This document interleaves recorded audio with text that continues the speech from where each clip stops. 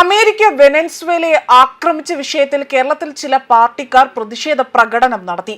നിരപരാധികളെ കൊല്ലുന്നത് ശരിയല്ല എന്ന പ്രസ്താവന ഇറക്കി. എന്നാൽ മുൻപ് പലതവണ പാകിസ്ഥാൻ ഇന്ത്യക്കെതിരെ ആക്രമണങ്ങൾ അഴിച്ചുവിട്ടപ്പോൾ, എത്രയോ നിരപരാധികളെ കൊന്നപ്പോൾ ഓപ്പറേഷൻ സിന്ദൂറൊക്കെ ഇവർ എങ്ങനെയാണ് കണ്ടത്? നിലവിൽ ബംഗ്ലാദേശികൾ മതം നോക്കി എത്രയോ ആളുകളെ കൊല്ലുന്നു.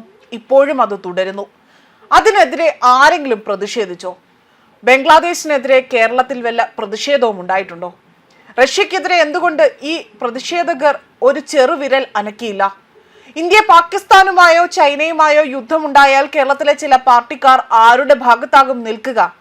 ഇത്തരത്തിലുള്ള ഒരു നിരവധി ചോദ്യങ്ങൾ ഉന്നയിച്ചുകൊണ്ടിപ്പോൾ നടൻ സന്തോഷ് പണ്ഡിറ്റ് രംഗത്ത് വന്നിരിക്കുകയാണ്. അദ്ദേഹം തന്റെ ഫേസ്ബുക്ക് പോസ്റ്റിലൂടെയാണ് ഈ വിഷയത്തിൽ പ്രതികരിച്ചുകൊണ്ട് തന്റെ നിരീക്ഷണം പങ്കുവച്ചിരിക്കുന്നത്. അമേരിക്ക വെനസ്വേലയെ ആക്രമിച്ചതിന്റെ പേരിൽ CPM കേരളത്തിൽ പ്രതിഷേധ പ്രകടനങ്ങൾ നടത്തുന്ന പശ്ചാത്തലത്തിൽ കൂടിയാണിപ്പോൾ സന്തോഷ് പണ്ഡിറ്റ് അദ്ദേഹത്തിന്റെ ചില ചോദ്യങ്ങൾ ആവർത്തിച്ച് ഈ ഒരു പോസ്റ്റിലൂടെ ചോദിച്ചിരിക്കുന്നത്. ഇന്ത്യ പാകിസ്ഥാനുമായോ ചൈനയുമായോ യുദ്ധമുണ്ടായാൽ കേരളത്തിലെ ചില പാർട്ടിക്കാർ ആരുടെ ഭാഗത്താകും നിൽക്കുക എന്ന ഏറ്റവും വലിയ ചോദ്യമാണ് അദ്ദേഹം ഇവിടെ ഉന്നയിച്ചിരിക്കുന്നത്.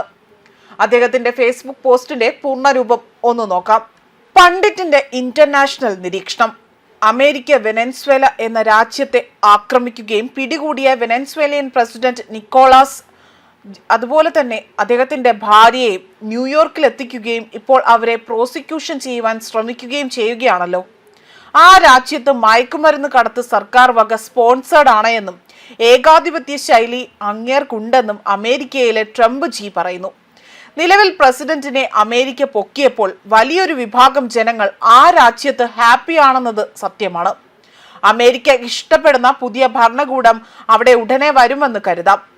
അമേരിക്ക അവിടുത്തെ എണ്ണ കണ്ടുള്ള ഗെയിമാണ് കളിക്കുന്നതെന്നും പറയുന്നു. ഇന്ത്യൻ സർക്കാർ ഇതുവരെ അഭിപ്രായമൊന്നും പറഞ്ഞിട്ടില്ല. സ്ഥിതിഗതികൾ വിലയിരുത്തി വരുന്നു.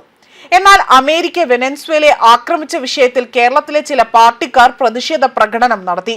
മറ്റു രാജ്യങ്ങളിൽ കയറി ആക്രമിക്കുന്നത്, നിരപരാധികളെ കൊല്ലുന്നത് ശരിയല്ല എന്ന് പ്രസ്താവന ഇറക്കി. നല്ല കാര്യമാണേ. എന്നാൽ മുൻപ് പലതവണ പാകിസ്ഥാൻ ഇന്ത്യക്കെതിരെ ആക്രമണങ്ങൾ അഴിച്ചുവിട്ടപ്പോൾ, എത്രയോ നിരപരാധികളെ കൊന്നപ്പോൾ ഓപ്പറേഷൻ സിന്ദൂറൊക്കെ ഇവർ എങ്ങനെയാണ് കണ്ടത്? നിലവിൽ ബംഗ്ലാദേശിൽ മതം നോക്കി എത്രയോ ആളുകളെ കൊല്ലുന്നു.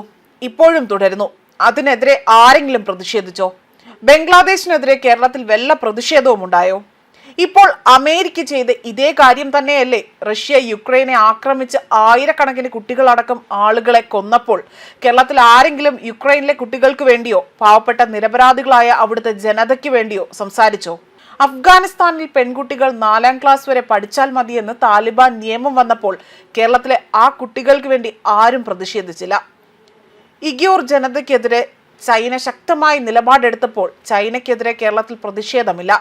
ഇറാനിൽ സ്ത്രീ സ്വാതന്ത്ര്യ വിഷയത്തിൽ നടക്കുന്ന ആക്രമണങ്ങൾ, അവിടുത്തെ നിയമങ്ങൾ, സ്ത്രീ സ്വാതന്ത്ര്യം, തുല്യനീതി, സമത്വം അതിനെതിരെയാണ് എന്ന് പറഞ്ഞുകൊണ്ട് കേരളത്തിൽ ആരെങ്കിലും പ്രതിഷേധിച്ചോ? പണ്ട് സദ്ദാം ഹുസൈൻ എന്ന ഏകാധിപതി തീവ്രവാദിക്കു വേണ്ടി കേരളത്തിൽ സമരം നടത്തി. എന്തിന് ബില്ലാദിന് വരെ കേരളത്തിൽ ഫാൻസ്.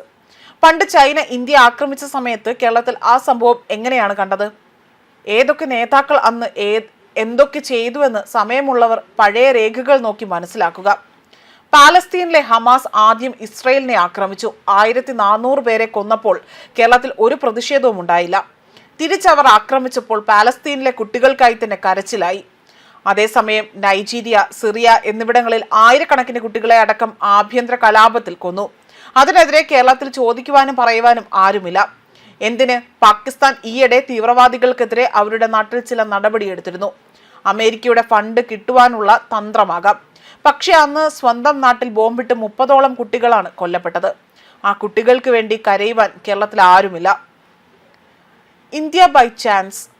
പാകിസ്ഥാനായോ ചൈനയുമായോ യുദ്ധമുണ്ടാക്കേണ്ടി വന്നാൽ അങ്ങനെ സംഭവിക്കാതിരിക്കട്ടെ. കേരളത്തിലെ ചില പാർട്ടിക്കാർ ആരുടെ ഭാഗത്താകും നിൽക്കുക എന്നതിൽ നിങ്ങളുടെ നിരീക്ഷണം എന്താണ്?